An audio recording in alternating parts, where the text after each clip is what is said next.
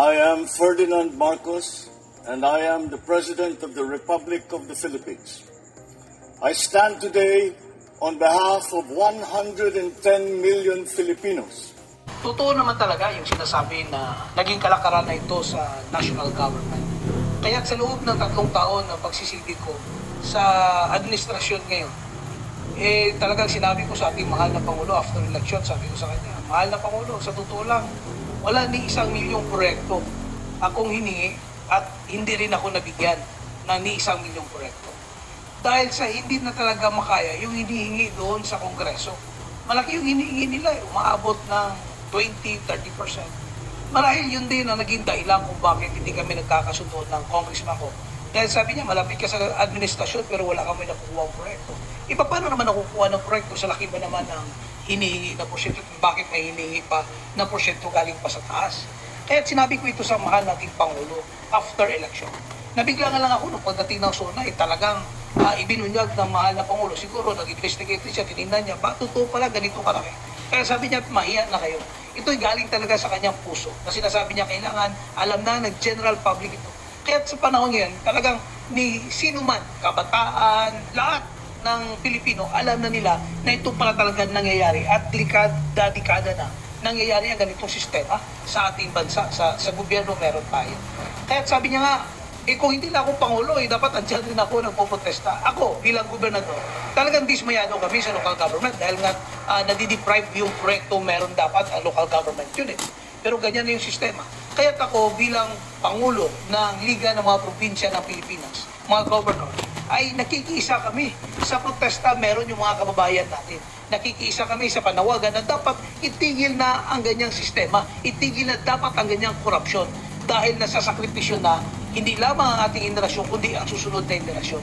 Kaya tama lamang na mga kabataan ngayon maglabas ipakita na tayo mga Pilipino yung pagiging patriotiko natin ay dapat natin buhayin at ipakita na tayo nagkakaisa sa adikain na dapat walang korupsyon at nakikiisa tayo para sa tuloy-tuloy na development at progreso ng ating bansa. Ako naman ay nasa likod pa rin na kung ano man ang direksyon ng ating mahal na Pangulo, masugpo lamang ang katiwalian sa gobyerno meron tayo.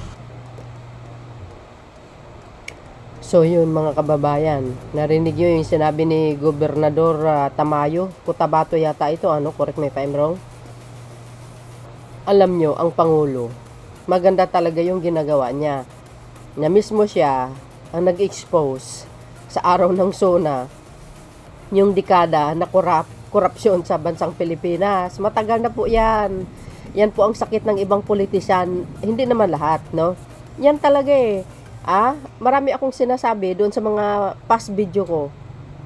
Mas malaki ang korupsyon sa baba kaysa taas, mga beswa. Yan po ang totoo sa local governments. So, tingnan nyo, di ba totoo? Naglabasan na. Mga kasabwat dito, kasabwat doon. Yun, ganun talaga. Ang Pangulong Marcos Jr., anong ginawa niya? Isiniwalat niya sa publiko, bakit kanyo? Gusto niya ipaalam sa publiko, sa sambayan ng Pilipino, ang talamak na korupsyon, dekada na. At least, ang sambayan ng Pilipino ang maghuhusga sa mga corrupt na mga politisyan. Di ba? Ang galing nga ng idea ng Pangulo.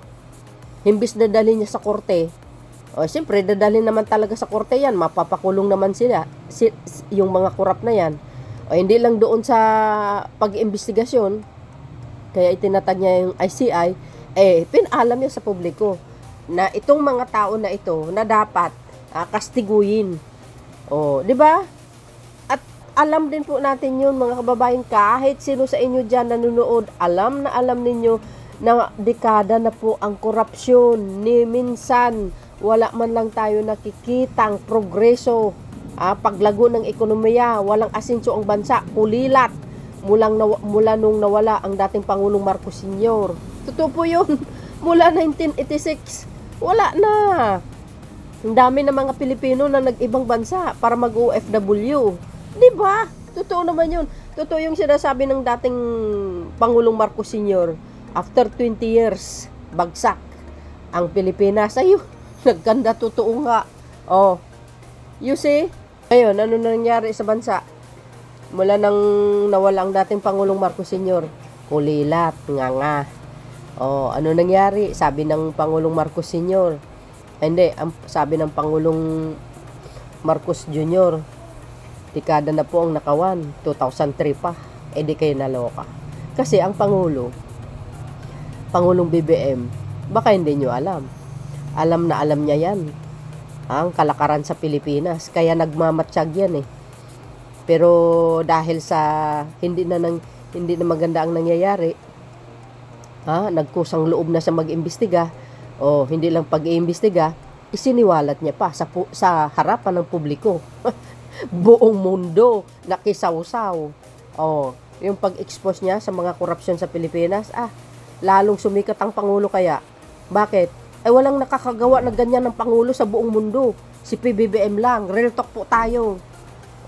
Pero ang nakakalungkot, kung sino pa yung nag-expose ng korupsyon sa bansang Pilipinas, siya pa ang mali. Yan ang mga naratibo ng mga DDS. Ngayon, binakbakbakan nila ang Pangulong Marcos Jr. sa social media. Pero ang Pangulo, nanatiling kampante. Kalma lang. Yung sinasabi na, may kasalanan din ng Pangulo kasi inaprobahan niya daw yung 2025 na GAA. Bakit? Yung panahon ni Digong, talamak ang korupsyon. Bakit niya inaprobahan ang mga budget every year? Sige nga. Wala kayong maibuta sa Pangulo. Sa totoo lang. Nung pinirmahan niya nga, ang laki-laki ng binito niya si Digong, may binito ba siya nung panahon na yon? Wala, tumigil-tigil kayo sa papaninira nyo, lalo na yung si Harry Bakla, tsaka yung si Buangson. Makarma kayo sana sa mga pinagsasabi nyo. So yun, mga kababayan, tama si Gobernador Tamayo. Ito po guys, correct me if I'm wrong, siya po ang presidente ng Partido Federal. Diba si PBBM ang chairman? So yun mga beswa, basta patuloy po ang prayers natin na safe ang Pilipinas sa mga kaguluhan. Lagi kong hinihiling po sa inyo ang dasal ninyo para sa proteksyon and safety sa mahal na Pangulong Marcos Jr. sa bawat trabaho niya araw-araw saan man sa mapadako. Kasama po ang kanyang gabinete sa buong pamilya. And of course, isali nyo na rin po ang ating bansang Pilipinas.